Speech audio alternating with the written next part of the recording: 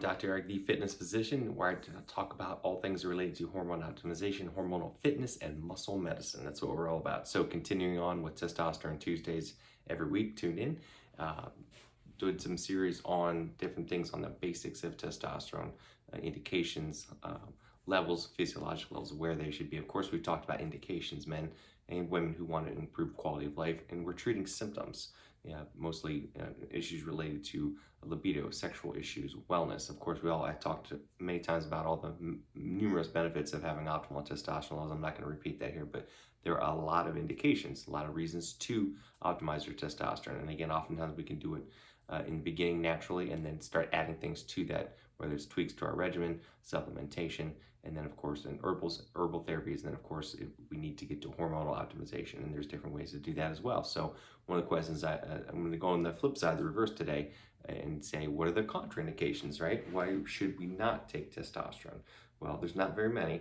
Of course, obviously, if you're a young growing teenager and you're healthy, of course you don't need any testosterone, right?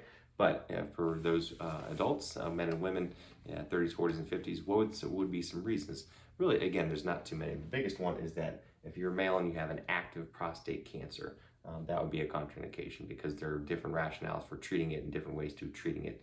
There's actually some interesting studies talking about this, that it is okay to do that, but obviously this is someone who is actively treating this cancer. This to be someone in the world of oncology and urology dealing with this. But if you have an active cancer with an elevated PSA, etc., this is not a reason you'd be treated.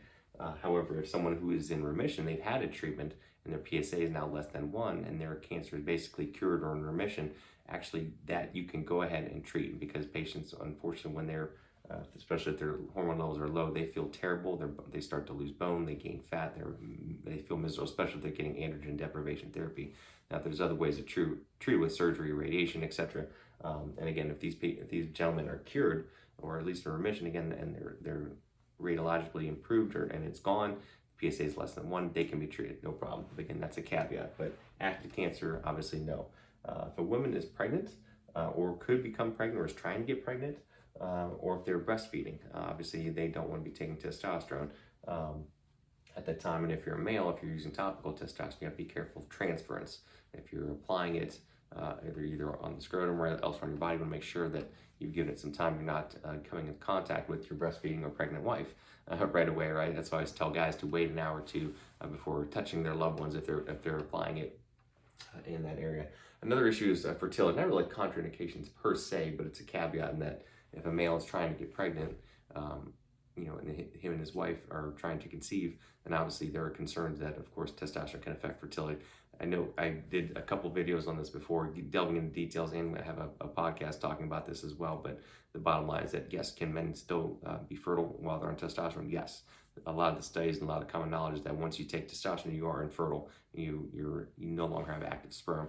Most of the time that is true, but it's not always the case. Many men have maintained their fertility while being on testosterone, but there are many things that we can do to mitigate that. We can actually treat you with some other hormone therapies while you're on testosterone to maintain your fertility, or worst case scenario, we can take you off to testosterone, maintain testosterone levels with some other hormone medications such as HCG or Clomid, etc., and maintain that. And then if we need to, go back on the testosterone. So there's definitely ways around it. Many men have successfully been on testosterone therapy and been able to conceive. So, and then the last one, again, not really contraindication, but more just a caveat, is that men under 40, and this is a ballpark number, but if you're in your 30s or you're certainly your early 40s, I always caution that you have options. That's a good thing. It's not a bad thing.